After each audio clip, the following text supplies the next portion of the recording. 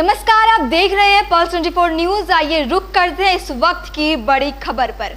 गाजियाबाद के कवि नगर रामलीला मैदान अंतर्राष्ट्रीय योग दिवस का आयोजन किया गया, जिसमें मुख्य अतिथि के तौर पर उत्तर प्रदेश में मंत्री सुनील शर्मा, गाजियाबाद प्रशासन के सीएमओ डॉक्टर, भारतीय संविधान गाजियाबाद के नगर आयुक्त समेत बड़े दिग्गज योग दिवस का हिस्सा बने। गाजियाबाद रामलीला मैदान में भारी संख्या में उत्साह के साथ लोग योग करते देखे। उत्तर प्रदेश सामान्य रहता है, मंत्री सुनील शर्मा ने आज की तरह रोजाना योग करे, जिससे अपने शरीर को स्वस्थ रखे और फिट रहे। 10वें अंतर्राष्ट्रीय योग दिवस कार्यक्रम में आप से बात हो चुके हैं, क्या कहना चाहिए, क्या प्रेरणा देना चाहिए? जैसा कि आपने कहा कि आज 10वां अंतर्राष्ट्रीय योग दिवस है, तो निश्चित रूप से हम लोगों में बहुत हर्षोल्लास है कि एक नींव जो 10 साल पहले रखी गई थी, ऐसा नहीं था कि योग हमारे समाज में पहले नहीं होता था और लोग जानते नहीं थे, परंतु जिस प्रकार से माननीय प्रधानमंत्री जी ने इसका अंतर्राष्ट्रीयकरण किया और जिस प्रकार से योग को हम लोग विश्व में ले जाके खड़ा किए हैं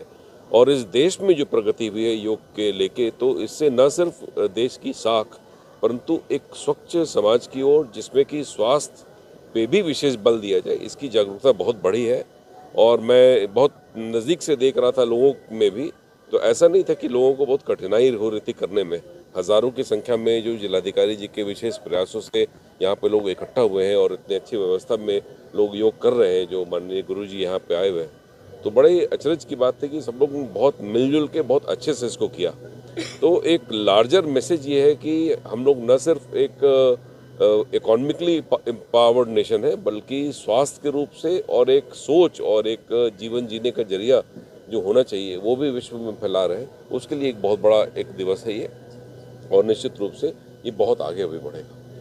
सर, 10वें अंतर्राष्ट्रीय योग दिवस कार्यक्रम का गाजियाबाद प्रशासन ने आयोजन किया और आपने भी बढ़ चढ़ के हिस्से लिया और सारे ही योग विधा बताए, क्या कहना चाहिए? देखिए, अंतर्राष्ट्रीय योग दिवस के अवसर पर सबसे पहले तो मैं अपने जनपद वासियों को बहुत सारी शुभकामनाएं देता हूं। सीडीओ साहब, उनकी पूरी टीम, नगर निगम और जो हमारा सिविल सोसाइटी है, सिविल डिफेंस, उसको भी मैं बहुत शुभकामनाएं देता हूं कि विगत एक सप्ताह से निरंतर ये आयोजन चल रहे थे, किसी न किसी ऑर्गेनाइजेशन के द्वारा, किसी न किसी संस्थान के द्वारा, सार्वजनिक जगहों पर, पार्कों में, कार्यालयों में और विभिन्न प्रकार के प्रतिष्ठानों में।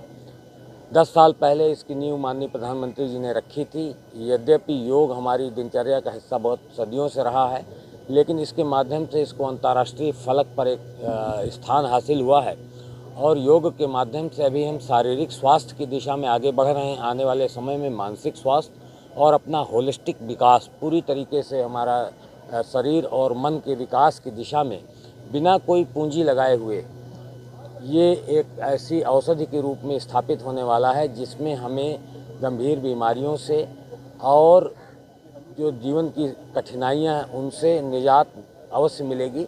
तो धीरे धीरे अब ये नई जनरेशन में लोकप्रिय हो रहा है।